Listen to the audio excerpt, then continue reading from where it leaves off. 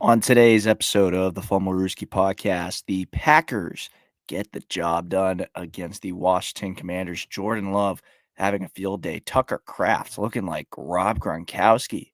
Whew. Packers, Okay. top 5 team in the league, probably best team in the league. It's up for debate. Media might be right about that. After that, we got our game picks. Rooski game of the week, Eagles and Chiefs. Rematch of the Super Bowl. Should be a good one. And after that, picks for the rest of the entirety of the NFL Week 2. This is the Fumblerooski podcast. It may not have always showed it in the stat sheet, but you can see him making throws when he needs to make the throws. Back-to-back games where he has 3 touchdowns. Someone's got to get that 6 or 7 spot. He's an elite wide receiver as a rookie. Truly a lose-lose scenario for both sides. Welcome to the Fumblerooski podcast by Power 88 Dean Radio and Secret Weapon Consulting. I'm Chris Costich. He's CJ Medeiros. Got a good one lined up for you as just get right into it. Packers getting the job done against the Commanders. We're recording this tonight right after the game is over. We're going to be posting. This is basically the new format that we're going to be doing, ladies and gentlemen, is going to be recording now from now on at night right after the Monday night game and the Thursday night game. So you get our live reaction of that. And then we're going to post everything in the mornings now. So it's going to be like 8 a.m.? Yeah, thereabouts 8, 9. Theoretically, it should be better for engagement. Yeah, that's the whole point. It gives you something to listen to while you're driving to work or mostly that. Yeah, we want to be able to give you guys more of a chance to do that instead of, that's basically it. Anyways, to the game now. Jordan Love. Was it Toyotathon? Because he was looking fantastic. 292 yards, 2 touchdowns. Let's touch on the Packers before we get to the Commanders. Josh Jacobs, 23 carries, 84 yards, and a touchdown. Tucker Kraft, 6 catches, 124 yards, and a touchdown. It just felt like the Commanders kind of just forgot about Tucker Kraft and that he can be a solid weapon in this Packers offense. Now, granted, kind of ended up being a tough loss for the Packers because Jaden Reed went down with a potential collarbone injury. So see what happens with that. But Packers looked unstoppable tonight. They really shut down Jaden Daniels and that Commanders offense. I mean, I was seeing power rankings of the Packers being a top 5 team in the league, and I said, I don't know. But they're showing to be a potential top 3 team in the league right now, the way they're playing, the way they dismantled Detroit last week, the way they dismantled the Commanders tonight. They're looking great. CJ, what do you think? The Green Bay Packers have definitely, I would say, emerged as one of the better top 3, if not maybe the best team in the league. It's only week 2, granted. But like you mentioned, hey, maybe Toyotathon came early. Holy crap. You got Jordan Love just slinging the rock. Like you said, 1931, 292 passing yards, 2 touchdowns. Tucker Kraft having a day. We had the bulk of all the catches. But what I like about that is it's not just a Tucker Kraft thing. It's that Love spread the ball around. Sure, Kraft had the lion's share of the highlights, but Dontavian Wicks had 4 catches for 44 yards. Malik Heath had a catch for 37 yards. This insane sideline grab where he got both his feet down, doing a little toe drag swag. That was a sick catch. Backup tight end Luke Musgrave with 2 catches for 32 yards. Romeo Dobbs, whatever, got 3 catches, 28 yards, and a touchdown. And backup running back Chris Brooks also had 3 catches for 27 yards. So I've said before, the Green Bay Packers have a bit of a crowded wide receiver room, or just crowded pass catching core. And literally this is why, because that's one of my big takeaways, is that there's so many ways that Green Bay can attack you. They have, and heck, that's without Matthew Golden, who didn't even record a catch, if you can believe it. Compile that with Josh Jacobs, like you said, 23 carries, And, oh, man, this is a scary unit. But for me, that's good. But we got to talk about the defense. Oh, my God. There's this really underrated guy on their defense, linebacker Edgerrin Cooper, who just absolutely flies around the field. 7 tackles and 3 assisted tackles, paired with Quay Walker back there. We already know about the other guys, Xavier McKinney, Lucas Van Ness, Rashawn Gary, the recently added superstar Micah Parsons, Keyshawn Nixon in the backfield as well, Evan Williams, Javon Bullard. These guys, a lot of them aren't even household names, but they're sneaky good. I mean, heck, when you think about some great corners, you probably don't think of Keyshawn Nixon, but let me tell you, he's as legit as it gets. And other people too, like Colby Wooden as well, right? Or Devontae Wyatt, also extremely underrated. So, yeah, that's the thing. Even on defense, the Green Bay Packers just have so many ways they can attack you. That's probably my biggest takeaway. Yeah, and I mean, Micah Parsons had a couple QB hits as well. He was getting into the back. Like, this defense has shown that it was already a good defense, but when they acquired Micah Parsons, it elevated it to a different level. That's for sure. Like, Micah Parsons didn't stuff the stat sheet, of course. He had half a sack, but he had 3 QB hits, as mentioned, getting into the backfield, making Jaden Daniels feel it. And he did feel it. He ended up getting his ankle rolled in. I guess we'll go to the Commanders on that note. Tough day for them.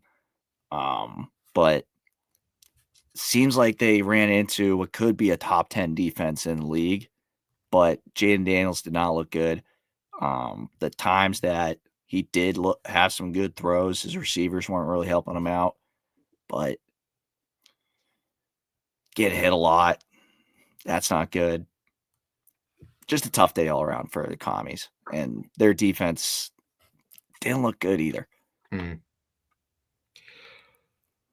Yeah, one of the big problems for the Commanders is that they run what I personally call a bang bang offense, where it's just these quick plays, short run outside, quick little hitch route, plays that are designed to just knife through the gut of the defense, to keep you off balance, keep you guessing.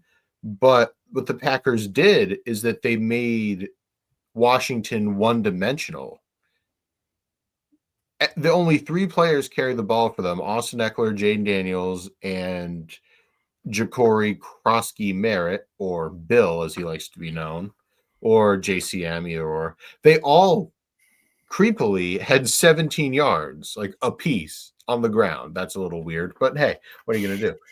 And between Eckler, Daniels, and JCM, literally none of them could really get much of anything going. And when the Packers completely shut down that Washington run game, you force Jaden Daniels to beat you with his arm. And that's something he can do. And he's a very good passer. But many offenses do not thrive when they're forced to be one-dimensional. And when Green Bay knew that they had Washington right where they wanted them, where it would just be pass. And for the record, Daniels had 42 pass attempts. He went 24-42. But that allowed people like Rashawn Gary and Micah Parsons to just tee off on Daniels again and again and again. And the biggest factor here is rookie right tackle out of Oregon, Josh Connerly. I'm not going to lie to you, Chris. I was huge on Connerly coming out of the draft, but Micah Parsons had the rookie in hell. Parsons bullied him the entire game. And it wasn't just him. Rashawn Gary, or hell, even Lucas Van Ness, literally they all could get anything they wanted on him. They would target him. They'd make him the focal point. It got to a point where, and this is something Al Michaels said on the broadcast, it got to a point where whenever, especially Parsons, would be lined up on Josh Connerly's side, they would literally have the running back, be it Eckler or be it JCM, chipping him. They would literally have to help him by sending the running back out on a chip play to try to slow it down. And I still think Connerly's going to be fine. But Josh Connerly, consider this your welcome to the NFL game. Yeah, to kind of cap it off, to further show how good this Packers defense has been the first 2 weeks. They've held both of their games. They've held their opponents to under 250 yards of total yards. Wow. That's pretty good. That's pretty good. It's insane. Yeah, that's shutting down an offense right there. That is for certain. Not to mention they outgained Washington 404 total yards to 230.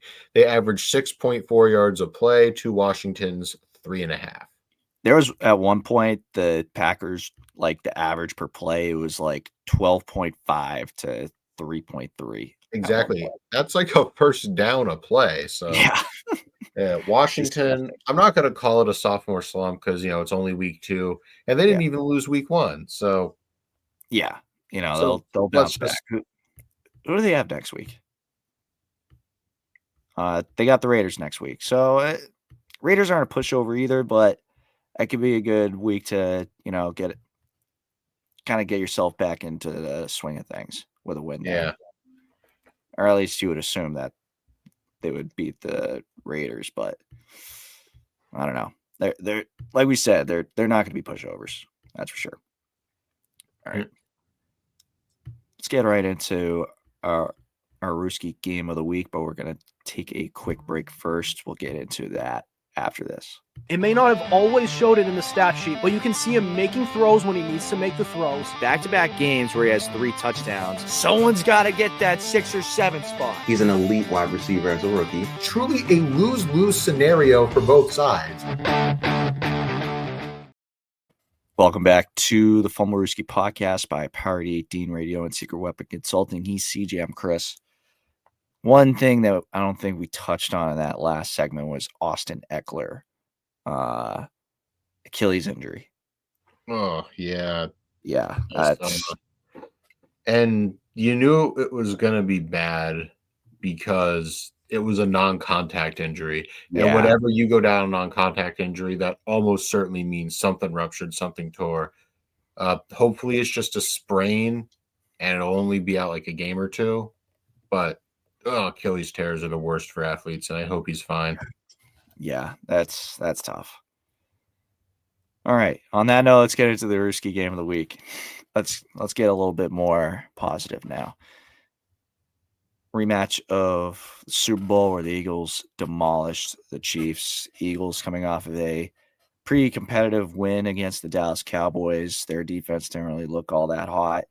The Chiefs coming in with an offense that didn't look all that hot either, but they showed up in the fourth quarter. So you never know. This could be another case where the Chiefs have themselves another slow start and build it up back in the fourth quarter again like they did against the Chargers. The Eagles offense firing on all cylinders once again. But kind of mentioned this earlier this week. Chiefs were looking old on Friday, especially the defense.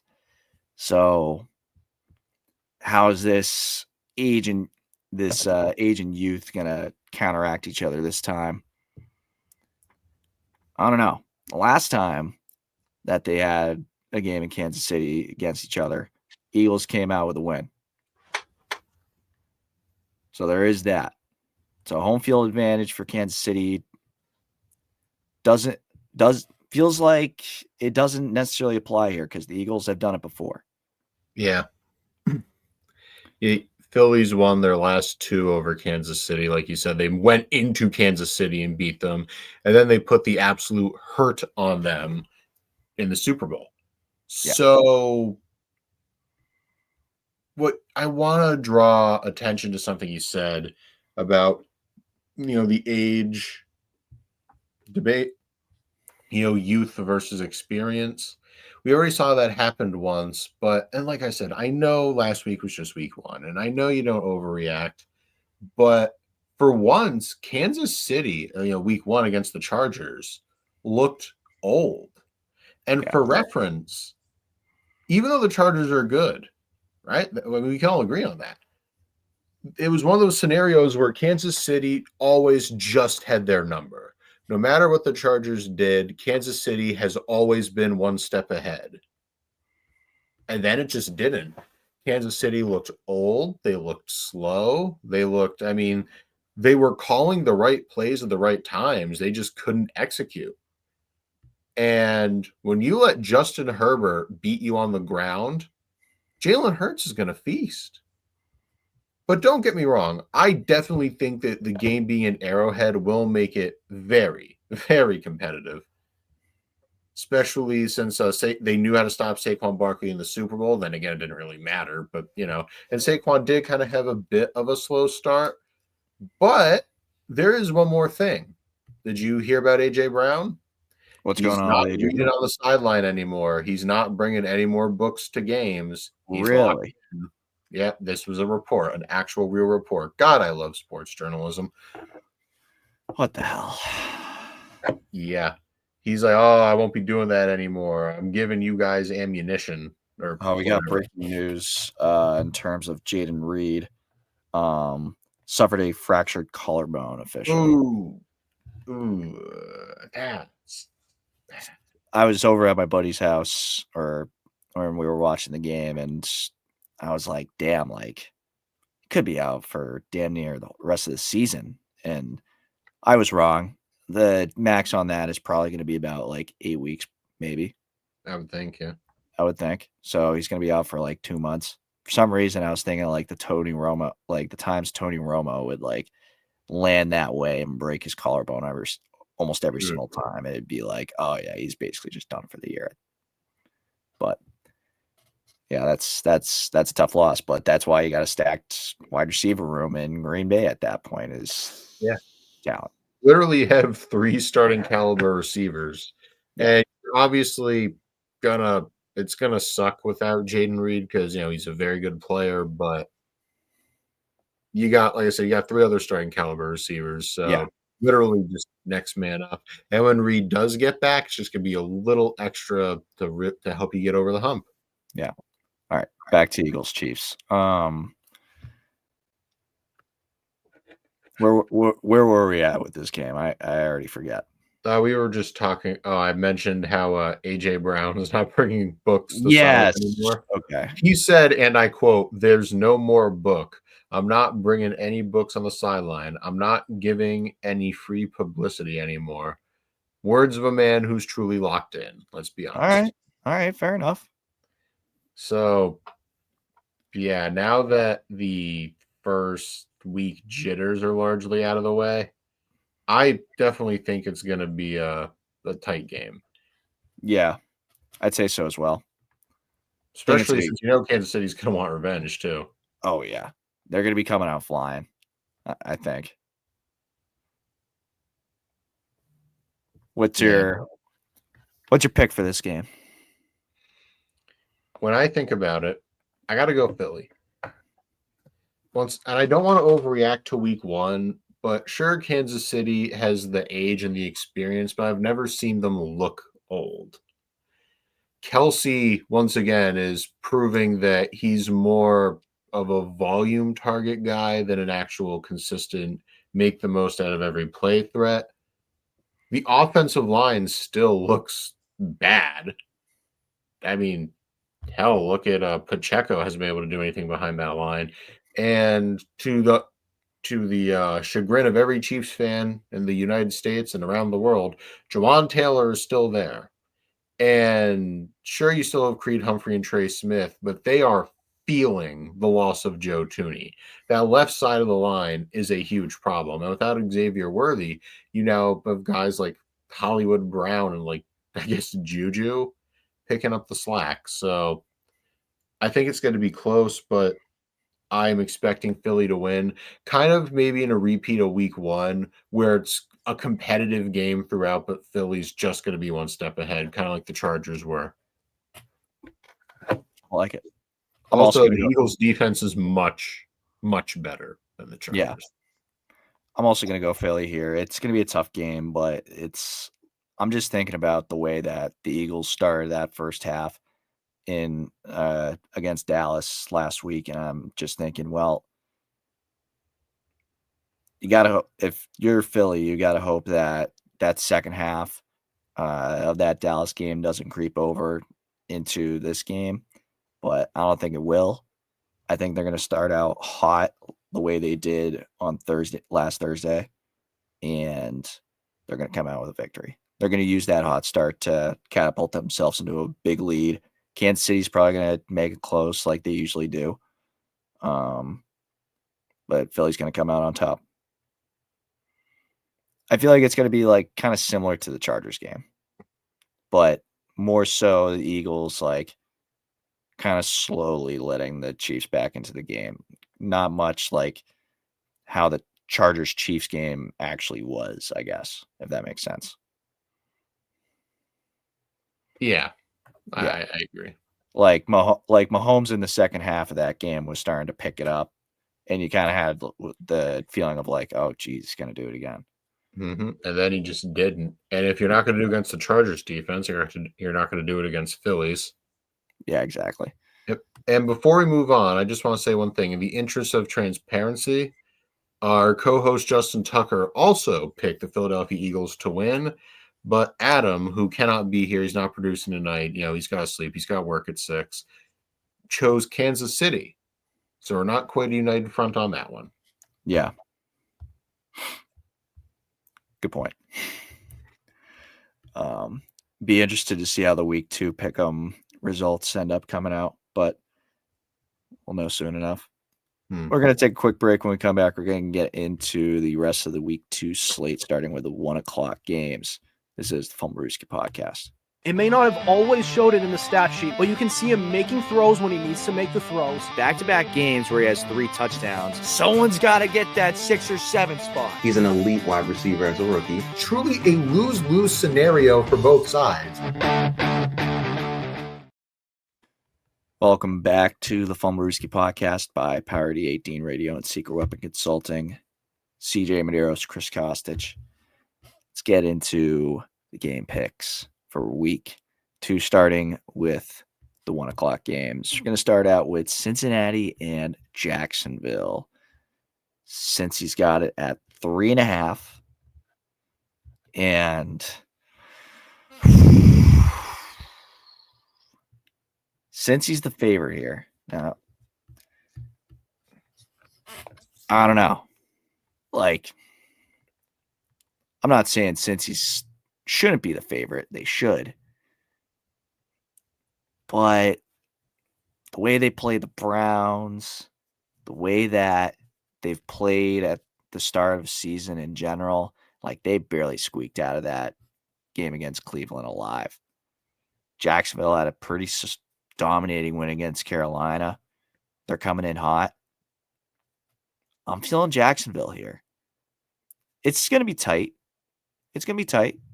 But I feel like we're going to see more of an emergence from Trevor Lawrence in this one. Maybe some Travis Hunter love. Maybe some more love for Brian Thomas, too. Sorry. It could very well be. As for me, I think I'm going with the Bengals here. Yeah, I know week 1 and week 2 Bengals are concerning. And hey, you would have every right to be concerned, let's be honest. But at the same time, I feel like winning in week 1 did a lot to kind of remedy that quote-unquote curse. And say what you will about the Browns, their defense is really slept on. Got guys like Denzel Ward, JOK, Mason Graham, Martin Emerson, Grant Delpit. So let's not pretend they're a bunch of slackers and scrubs. The Jags beat up on the Panthers. I understand why you'd like to pick them, but in Cincy, I think it's time for Burrow, Chase, and Higgins to feast because that Jaguars defense is not very good. I got the Bengals. And for reference, Adam and Tuck also had the Bengals. I got a feeling T-Law and Travis Hunter and Brian Thomas are going to feast on this Bengals defense too. I feel like this I could can see a high-scoring game because outside of Trey Hendrickson, the Bengals defense just I don't think exists. Let's play a new game I just created called What's That Line? Guess the over-under for this game. Oh, Christ almighty. You know I'm not one of those Vegas I know, but freaks. still. All right, fine. I'm just going to wait for it to come by on the screen. Oh, come on. Don't be like that. Screw you. It's Oh, 48. I'll take it Cincy minus 3.5. That's not what I was going for, but right idea. 48.5 is the over-under. Oh, and on the game, yeah.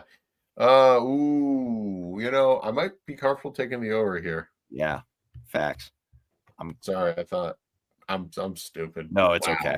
It's okay. You're not a betting guy. I understand. It's late. Come on. I haven't placed a bet in a long time, actually. I just don't. Not since my junior year of college. I got one thing. I chose the Giants to upset the Ravens. I got that. Didn't let Tuck hear the end of it, and that's as far as I shall go. Yeah, that's all right. All right, let's move on to the next game. Dallas and the New York Giants. That's pretty easy. Yeah, I'm gonna go Dallas. I'm also going Dallas. I'm kind of gonna go with the same. Like, obviously, it's like the Giants. Their defense is good, but I got a feeling that Dallas is gonna get on that same start that they had against Philly on Thursday night, kind of using the same logic for the Eagles against the Chiefs in a way. But like when you look at the Giants offense, though, like Russ is has the deep ball, but he just can't push the ball down the field anymore. Yeah, the moon ball's kind of lost its luster, and as a result, all they're doing is stacking the box and making Russ beat them with his arm. I mean, Tyrone Tracy and Cam Scatterboot didn't go anywhere. No. Oh, speaking of Cam Scatterboot, I meant to ask you about this, but did you see the video of him?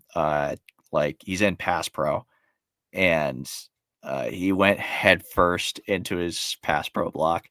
Mm-hmm. Oh my God, it's absolutely Arizona State legend, man. Yeah, emphasis on the Arizona State. More breaking news on the Commanders front. The belief is according to Ian Rappaport, the belief is a torn Achilles for Austin Eckler. Source says, of course, got to wait for the MRI, but there is not a lot of hope going into it. Oh, damn.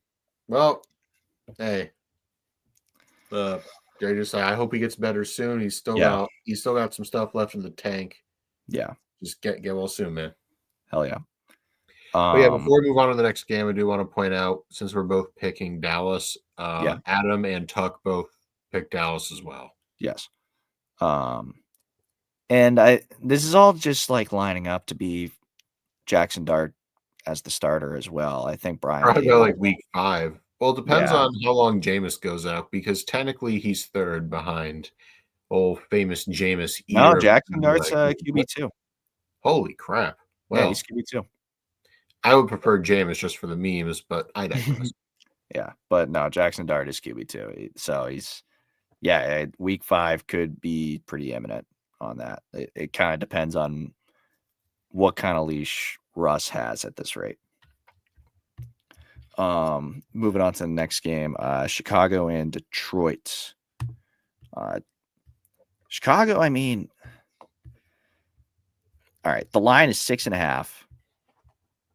According to ESPN matchup predictor, it's a 61.4% chance that the Lions are going to win. I feel like there's a little credit. Good Lord. I know. I feel you got to get, all right, right off the bat, Bears are covering. They're covering. Oh, yeah, no, the Bears are definitely going to cover, but will they win? That's the question of the day. Yeah, that's the real question here. And I got a weird feeling that this is going to be a bit of a big bounce back game for the Lions. Like the real question is, how is Ben Johnson going to handle coming back to Detroit? that's the biggest question in all of this. And I'm going to go maybe he does well. Maybe he handles it well. Maybe he coaches a good game. But in recent history, the Lions have done very well in these types of games. And I think the Lions are going to come away with the win. They know that. I definitely think it's going to be close, but I do have the Lions ultimately pulling out the victory here. Yeah, I guess just going to depend on how much they miss Ben Johnson and Aaron Glenn, but you need to bounce back. Yeah. And the Bears aren't pushovers, but in Detroit, you should come away with the victory. And I'll keep going with how Adam and Tuck selected. Tuck selected the Lions as well as we did, or just like we did, but Adam picked Chicago. I just don't know where this whole Caleb Williams thing is going right now. Like I thought we were going to get a better showing last week on Monday, but I feel like it just gave us more questions than answers about him, and we're still just unsure of what we're looking at here. Yeah, he's definitely got potential, but now that he actually has what should be emphasis on what should be a real head coach. Some of you have heard this one before, kids. The jury's still out. Yeah. Next game on the list, the Rams and the Titans. Titans are given a little bit of leeway. They're 5.5-point underdogs against the Rams for this one. But Cam Ward, basically to sum up last week, Cam Ward was basically on his ass for almost every single play. And that's not an understatement. He basically was. Yeah, they were hitting him after almost every throw. And even when he was able to stay upright, his receivers couldn't catch a cold. Yeah, and seeing the way that the Rams decimated the Texans O-line, I can only imagine what's going to happen this week. So just for that alone, I'm going to go with the Rams. Not only do I think the Rams are going to win, I don't even think the Titans cover. Yeah, I wouldn't be surprised if this is a 2-score game. And for the record, Adam and Tuck also picked the Rams. Yes. Patriots and the Dolphins. Whew. I mean, part of me wanted to go Dolphins originally, because it's in Miami and the Patriots just can't beat the Dolphins to save their life right now. Oh, excuse me. And even in the Brady, never mind the Patriots of today, not being able to beat Miami, but even in the Brady area, they had fits in Miami. There was games where they should have been whomping on the Dolphins. Of course, an example being the Miami Miracle. And Miami just gets wins at home. So yeah, that was my theory, of course. But then I think of how this Dolphins team has evolved into where it is now and where the Patriots are going. Because the Dolphins are at an all-time low on vibes. I think the Patriots, their vibes, obviously not great because they started 0-1, but the vibes are definitely a lot higher than what Miami's at right now. And until Miami has a flip switch or something, I don't see this season going much better for Miami. And so give me the Patriots getting the job done and flipping the narrative. Well, Miami has been New England's one constant boogeyman. That's really how it's been. Miami lives in New England's head rent-free. New England has to break the curse. They cannot win in Miami. I just don't know what it is. And but to be fair, a lot of teams struggle in Miami too because it's hot, the way the stadium's built. They have the sun beating down the opposing players. If you actually look at how their stadium's constructed, it's ingenious, but it's evil. They also are one of the few teams that refuse to give their opponents fans and tents. There's literally a 20-degree difference on the Miami sideline versus their opponents. Miami also is one of the few teams that wear white at home. because darker colors absorb more sunlight. I feel like And- more teams wear white at home than you realize. Maybe like Dallas, but Well, obviously Dallas, but Dallas, Miami, excluding and who, Chris? the Rams do it sometimes, the Yeah, Bills do it sometimes, but it's not their main. But regardless, but my point is that's why. And Miami, the reason they do that is because they've never been able to beat teams head to head. Same thing with Mike McDaniel. Granted, this has been long before the Mike McDaniel era, but it's a symptom of a larger problem. Miami is a team that relies on tricks rather than plays. And for some reason, New England keeps falling for it. And yeah, I'm going to admit it. I have the Dolphins here.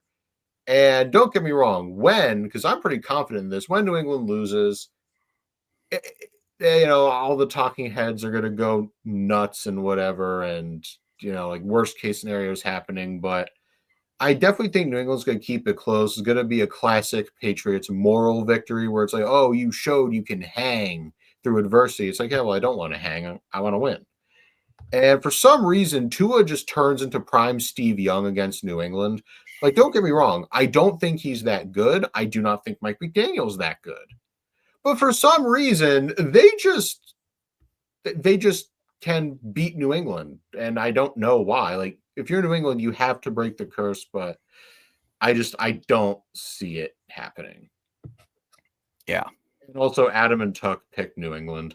Also, a friend of the show, Robert Shelley, had a few choice words for me when I picked Miami, but come on the show and debate me then, man. Facts. It's been a while since Robert's been on. Yeah, true. He's busy, so, I leave it. Yeah. I mean, we're all busy. Let's move on to the next game. San Francisco and New Orleans. This is... It's going to be a game. It's the Injury Bowl, essentially. Yeah. Like, Saints could, like, sneaky get a win here type of thing. Like, that's how... Because, like, the Niners are back into being in IR land with George Kittle being put on IR. Brock Purdy's going to be out for a couple weeks. They're going to go with Mac Jones this week. Yeah. I'm just going to say it. Real talk, like, let's get real for a second, my fellow Americans. When are the Niners going to can their strength and conditioning coach? Because, every so often a team gets bitten by the injury bug. But for San Fran, it's every year. They just can't stay healthy. Like, something's got to change, right? Am I nuts here? No, I don't think you're nuts at all. I mean, because this is about to be the second year in a row where injuries derail a season where you should be making a playoff run. Yeah, and probably like for the fourth or fifth time since 2019. Yeah, pretty much. So 2020 was after they lost in the Super Bowl. 21. What happened in 21? 21, they lost to the Rams in the NFC Championship. 22. 22, they lost in the NFC Championship because of Brock Purdy tearing his they didn't get Tommy John. And then lost in the Super Bowl to the Chiefs again. And then last year had the injury bug again. And now this year. Yeah, now this year. But yeah, regardless, I personally am going San Fran. Because I know the name Mac Jones doesn't inspire much confidence. But on one hand, I don't care that it's in New Orleans. Mac Jones fits that Niners scheme like a glove. Between him, Brock Purdy, Jimmy G, they thrive when a mid to above average quarterback can take the reins and game manage. That's what they do. And also, I just have no faith in the Saints regardless. Yeah. Normally I would pick against the Saints here, but I'm going to go with them. Okay. I think this is going to be my upset of the week this week. Now, I hear you. And, they got 315 yards total against the Cardinals. Now, granted, they also had 13 fucking penalties. But you cut those penalties down, you're going to be competing. They only lost by 7 against Arizona while outgaining them. True. I'm not even going to – obviously, the Saints are going to amount to nothing this year, but we see weird games like this all the time. I'm stamping this as my upset pick of the week. I hear you. And for what it's worth, Adam sides with you on the Saints. Tuck sides with me for the 49ers. So it's a 50-50 split. Yeah. You know this game's going to be interesting with the over-under totals at 40.5. Good Lord. That might be a little generous. It's going to be like 13-5. Yeah. New York battle in New York, Buffalo and the Jets. Buffalo. Now I am worried.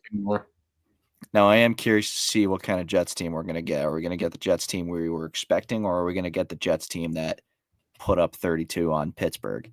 And the way that the way the Bills defense played against Baltimore, it's I feel like anything the Jets also have a big run first defense, but we knew that there was that whole thing about how first, second, third options run. But we saw how well Justin Fields can play well. If the chips are down and it's up to him to win you the game, you're not going to win. Oh, no. So I'm going Buffalo, much like you. Yeah. Tuck also goes Buffalo. Adam's going with the Jets. I don't blame him. I feel like this could. I understand, but this could be is very easily could be a like sneaky upset game too. You know, it's the division rivals. Jets played really well last week. Maybe that it carries over. It's early season shit, you know. Yeah, gotta get your licks in while you can before horrible reality sets in. Exactly, but I don't see a reason why Josh Allen can't become Jesus again like he did last week. Pittsburgh, Seattle. This is the second game in a row where Pittsburgh is in a game and the over-under total is below 40 points. It's at 39.5, which I found a little surprising, but like, I mean, I get it, but at the same time, I'm not sure I agree. Like Pittsburgh just put up 34 points. Yeah, the Seahawks offense was slow last week. Like, there's still a Seattle offense that should be able to put up points. Yeah, I mean, I'd think so. You would think so, right? Yes, I would. Like, so. Yeah. Got to give him some credit here. Jesus. Who do you got for this game? Truth be told, I'm going with Seattle. Yeah, I'm going with Seattle too. I know it's in Pittsburgh, but I think this Seattle offense is waiting to explode. And it's just waiting to take that extra step. And I think they'll be able to do that against the Pittsburgh defense. Yeah, Pittsburgh defense is struggling to say the least, and I think they can go into Pittsburgh and handle their business, you know, and show DK Metcalf why you don't demand a trade. And even though we both are choosing Seattle, Adam and Tuck both went Pittsburgh, and for Tuck, he begrudgingly went Pittsburgh. Yeah, said so himself. That's pretty funny. I'd be interested to see. I could see this game being another high-scoring game if Aaron Rodgers can get going again, though. That's for sure. It's also not the Jets, so yeah. Next game on the list, last game on the 1 o'clock slate, the Browns and the Ravens. Do you want to guess what the spread on this one is? Let me guess. Ravens, like what, -8.5? 11.5. Jesus Christ. Oh, yeah. Lord, that is bad. The money line for the Browns is plus 500. Do they even cover, Chris? Do they even cover? I don't know. It's a divisional game, so do with that what you will. I feel like the Ravens struggle against the Browns a lot. They do. But remember, even if the Browns cover, I don't think they're going to win. No, I'm going Baltimore, and it is not a hard choice. No. Good teams win, great teams cover. So the Browns are going to cover, but yeah, give me the Ravens here because not to say like maybe Derrick Henry does go for 100, but like, it's kind of what you were alluding to with the Bengals pick, right? Like this Cleveland team is good, or the defense is good. Yeah. So it just dealt with a ton of injuries last year, like a lot of other teams did. Yeah. But regardless, we're both going with the Ravens, I imagine. Yeah, Ravens. And our resident Ravens fan, Tuck, is also choosing the Ravens, as is Adam. So we have another clean sweep. Yeah. All right. We're going to take a quick break. And when we come back, we're going to do the late afternoon slate and Sunday night and Monday night football. 2 Monday night football games this week. Hell yeah. It may not have always showed it in the stat sheet, but you can see him making throws when he needs to make the throws. Back-to-back games where he has 3 touchdowns. Someone's got to get that 6 or 7 spot. He's an elite wide receiver as a rookie. Truly a lose-lose scenario for both sides. Welcome back to the Fumblerooski podcast by Parity 18 Radio and Secret Weapon Consulting. He's CJ, I'm Chris. Let's get into the 4 o'clock slate. First game, Arizona and Carolina. Carolina disappoints me, man. I was really hoping for them to have a good game against Jacksonville. I really was. Because I really wanted to see Bryce Young continue on this path back up the ladder, but just wasn't a good game, man. I don't think that video of him watching the video board promotion going on was a fantastic look either. No, it was not. No. Definitely could have gone without getting caught doing that. I think that's pretty safe to say. Yeah, I agree. I'm going to go Cardinals on this one. Yeah, I feel like if we're going to go based on like how this Cardinals team has been, they're going to be up, they're going to be down. They got to win this past week against the Saints team. They like theoretically should have probably blown out of the water, but as mentioned, they got outgained by like 40-ish, 50-ish yards. And they also committed 9 penalties. And thankfully, the Saints committed 13 penalties in that game. So they kind of got lucky. Now, using that logic, you could say that the Cardinals are built for a bigger game today. Or today, this weekend. I definitely think so. Not to mention, I know I play the home field advantage card a lot, but come on. It's actually in Arizona. Yeah. So I got to go with the Cardinals on here. Yeah. Pretty easy. That was actually I forgot about a 4 o'clock game. I was about to say, that was the only other 4 o'clock game I had to worry about. We're not in the bye weeks yet. Denver and Indianapolis.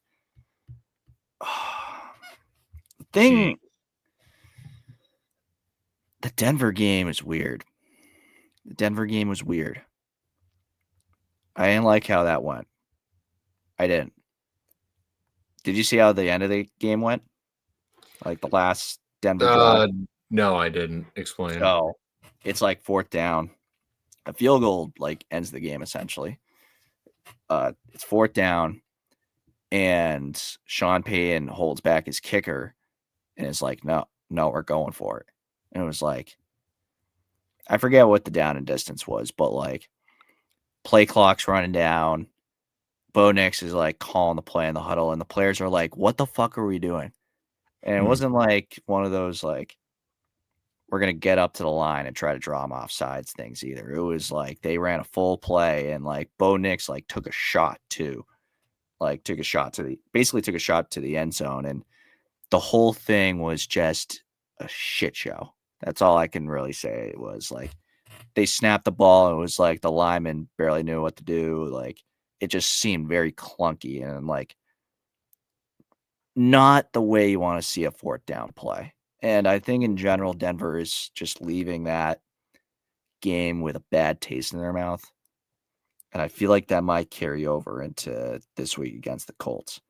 And a part of me, I'm getting this take from one of my buddies, but I agree with this take, is the Colts. We got a feeling that the Colts might have what the Saints had last year, a hot start. I feel like if they're going to have a hot start, they're going to end up winning against the Denver Broncos. Give me the Colts for this one.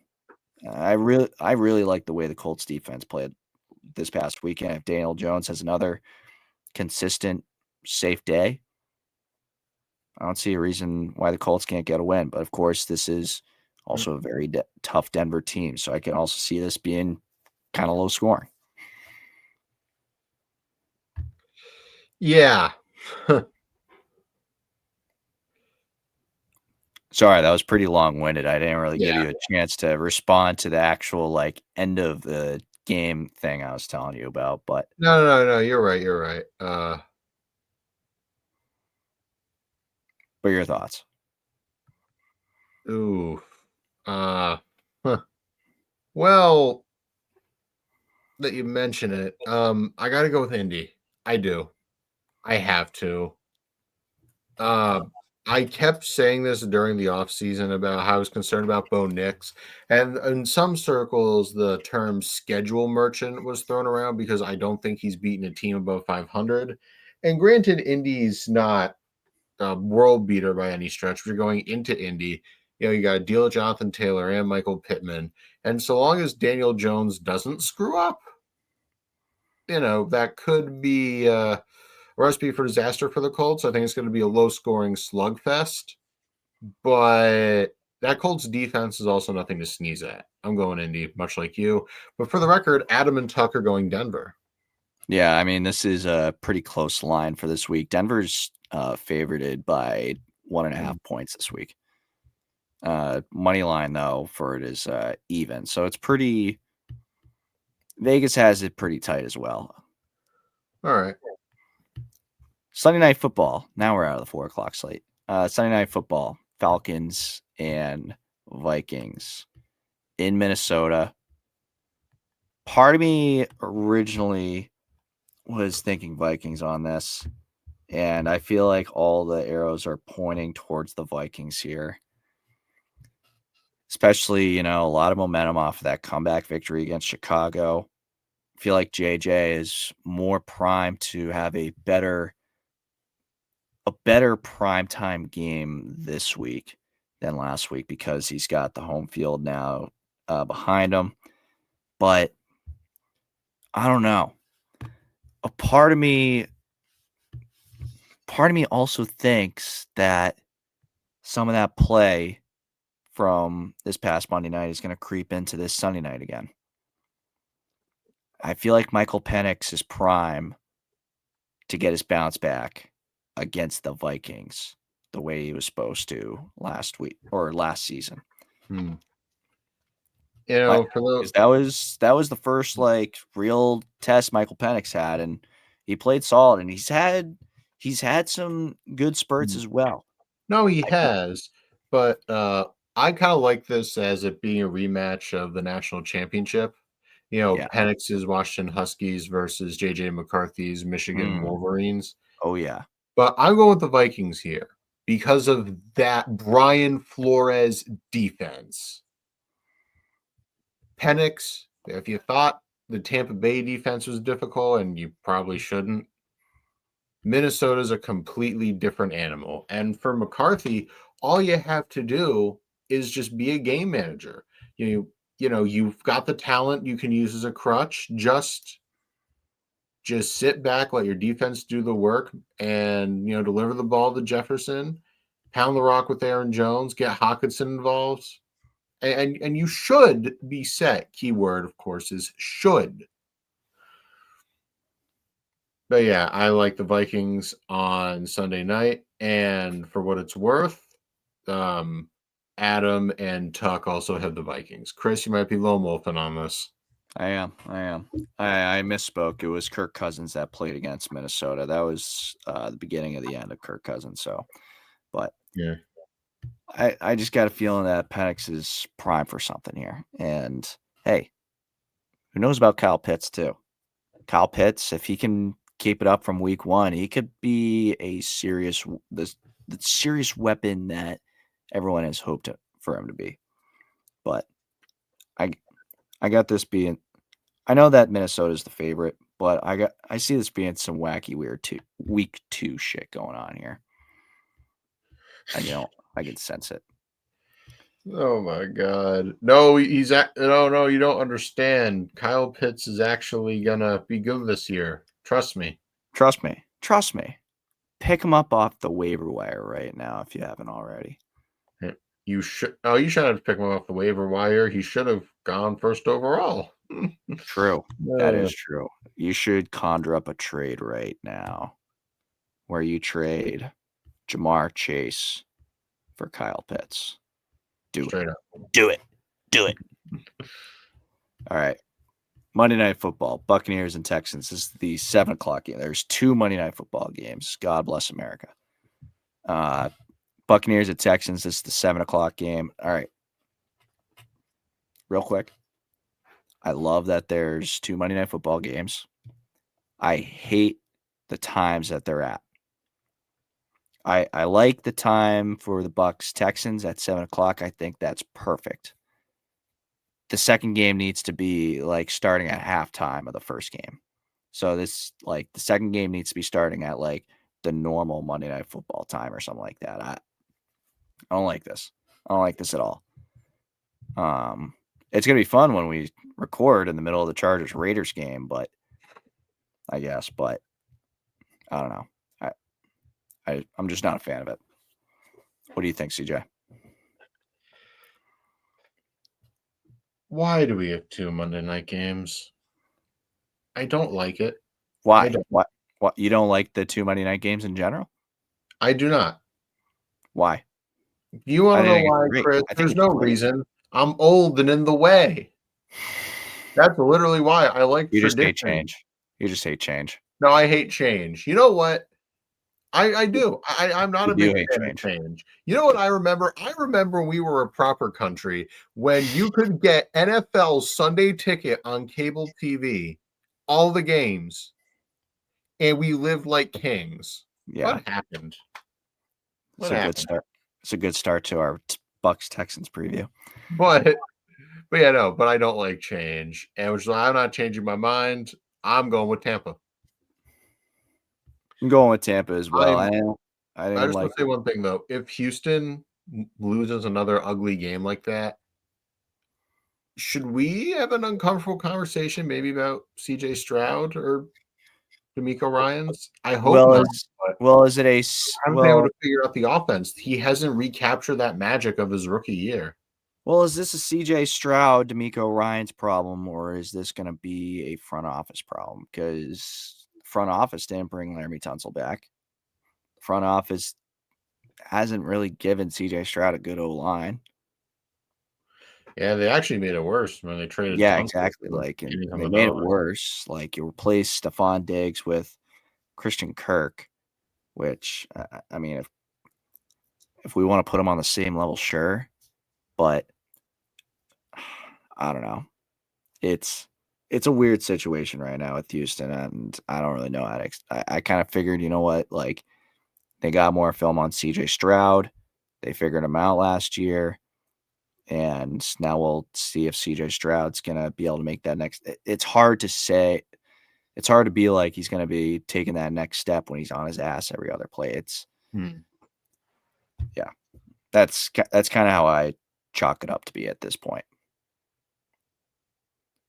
And plus, this is only game 2 now, or it's about to be game 2 of his 3rd season. So I feel like throughout the season, or at least by the end of the season, we'll have.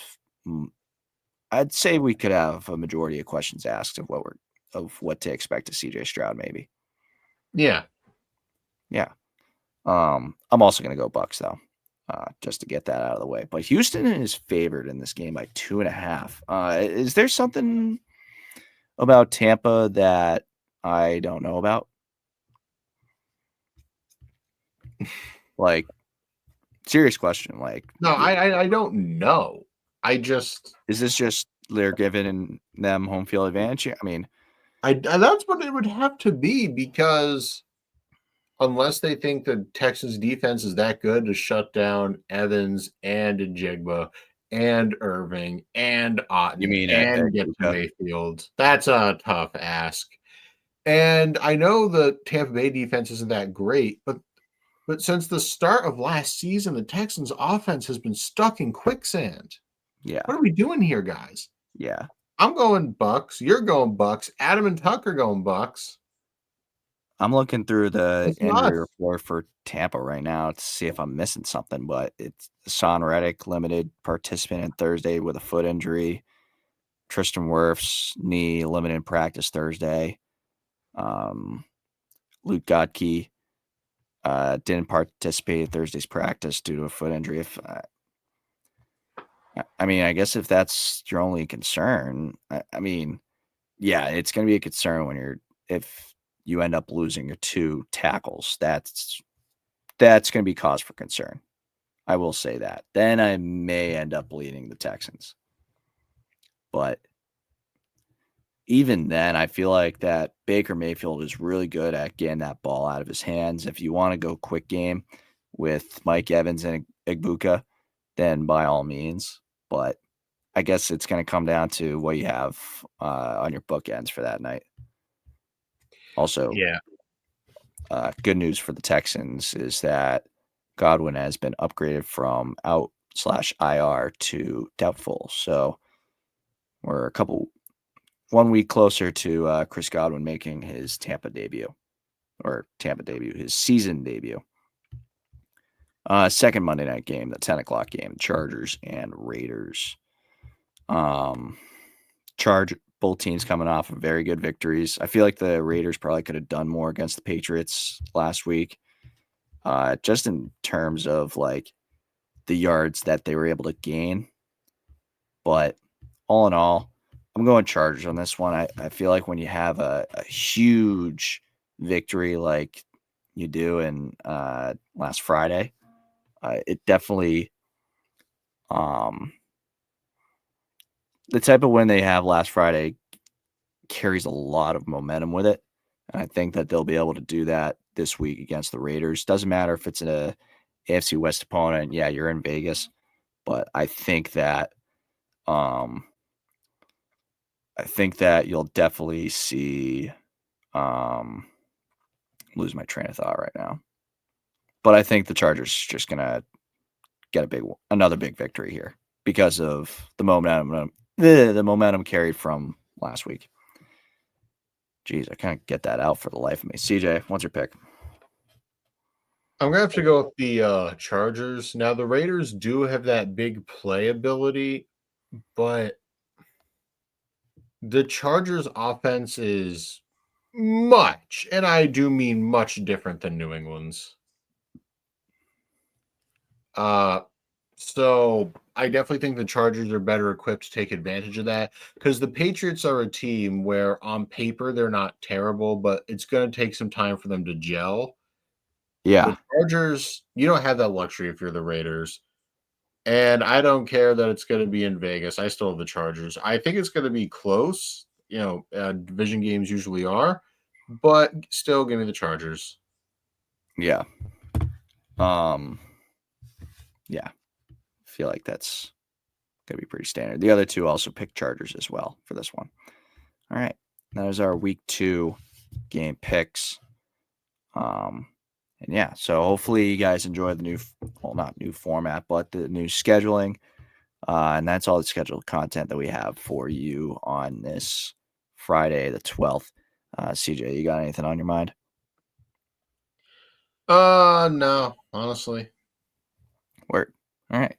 Well, thank you for tuning in to another Friday Picks episode of the Fumblerooski podcast. New episode coming out on Tuesday at 8 a.m. Remember that, Tuesday at 8 a.m. Be sure to subscribe to our YouTube channel. We also have all our episodes available on Spotify, Spreaker, Apple Podcast, iHeartRadio, Google Podcast, and so much more.